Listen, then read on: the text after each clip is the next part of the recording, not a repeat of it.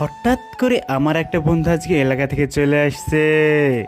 আমার সেই বন্ধুকে নিয়ে হঠাৎ করে আমি বেরিয়ে পড়লাম রাজশাহী ঘোরার জন্য। তো যেহেতু সকালবেলায় ছিল এর জন্য আমরা হঠাৎ করে একটা রেস্টুরেন্টে চলে আসলাম। যেহেতু পকেটের টাকার পরিমাণ কম ছিল এর জন্য টুক করে এক প্লেট খিচুড়ি নিয়ে নিলাম। তারপরে সেটা গপাগপ খেয়ে ফেললাম। খাওয়া দাওয়া শেষে আমরা স্বপ্নচূড়া প্লাজার সামনে চলে আসলাম। তো আবার কি করে হঠাৎ করে আমরা চলে আসছি নগর ভবনে। অ্যান্ড এখান থেকে হচ্ছে মেন কাহিনী। তো আমি আসছিলাম ইন্ডিয়ান ভিসা সেন্টারে, ভিসা অ্যাপ্লিকেশন সেন্টারে। তো এখানে ইন্ডিয়ান ভিসা লাগানো হয়। তো এখানে হচ্ছে কোনো হেল্প সেন্টার কিংবা রিসেপশন কোনো একটা কিছু তো থাকা দরকার, তাই না?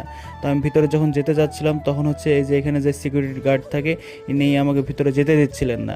বলছিল যে কি দরকার। আমি বললাম যে আমি ভিসা লাগাবো, তো এই বিষয়ে আমার কিছু জানা দরকার। তো বলছে আপনি কোনো কিছু ভিতরে যাওয়া যাবে না, যা জিজ্ঞেস করো আমাকে জিজ্ঞেস করতে হবে। তো ওনাকে জিজ্ঞেস করলে উনি ভালো মতো কিছু বলতেও দেয় না, ভিতরে যেতেও দেয় না। এই জিনিসটা আমার কাছে খুবই বাজে লাগলো, একদম মানে ফালতু একটা বিষয়। তারপরে হঠাৎ করে আমরা চলে আসলাম রেলগেটে। আর যেহেতু এখানে ফ্লাইওভারের কাজ চলছে এই জন্য এখানকার অবস্থা খুবই বাজে। তো যাই হোক, সব কিছু কাটাই কুটাই আমরা হঠাৎ করে চলে আসছি শালবাগান রোডে। তো এই শালবাগান রোডটা না হঠাৎ করে খুবই যেন ভালো লাগছিল, কারণ আজকে আমি বাইক নিয়ে আসছি। এর আগে আমি অটোরিকশাতে আসতাম। তো এর জন্য হঠাৎ করে আমার চোখের সামনে আরও দুটো আঙ্কেল আন্টি চলে আসলো। একটু হলে হঠাৎ করে অ্যাক্সিডেন্ট হয়ে যেত। सुबह सुबह भेंचो दो तुम लोग 2 मेगापिक्सल का कैमरा ऑन करके चुत्तर फैला के ऐसे वीडियो बना रहे हो।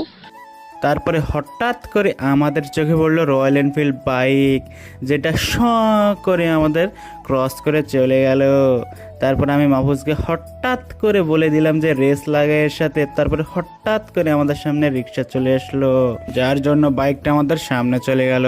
তারপরে এরা কারা, কোত্থেকে আসে এরা রাস্তার মাঝখানে? झुक के रहना पड़ेगा मेरे आगे, क्योंकि मैं अपने में खुद हीरो हूँ। তারপরে হঠাৎ করে আমরা একটা আঙ্কেলকে দেখি যে আমাদের কাণ্ড কারখানা দেখে ভয়ে পেছনে চলে যায়। दगड़दल्ली बच्चों के रंडवे ऐसे वीडियो बनाते हो तुम लोग। शर्म करो, भगवान से डरो, भोसड़ी वालों, भगवान से डरो।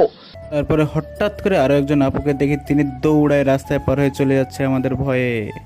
अच्छा, তারপর আমরা বাইক নিয়ে যেতে যেতে হঠাৎ করে আমাদের সামনে আরো একজন ময়লা ফেলা মামা চলে আসে, যিনি রং রোড দিয়ে আমাদের দিকে ধেয়ে আসছিল।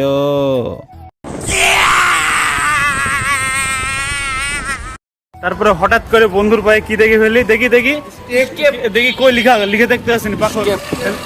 আরে খোল, ও স্টেপ।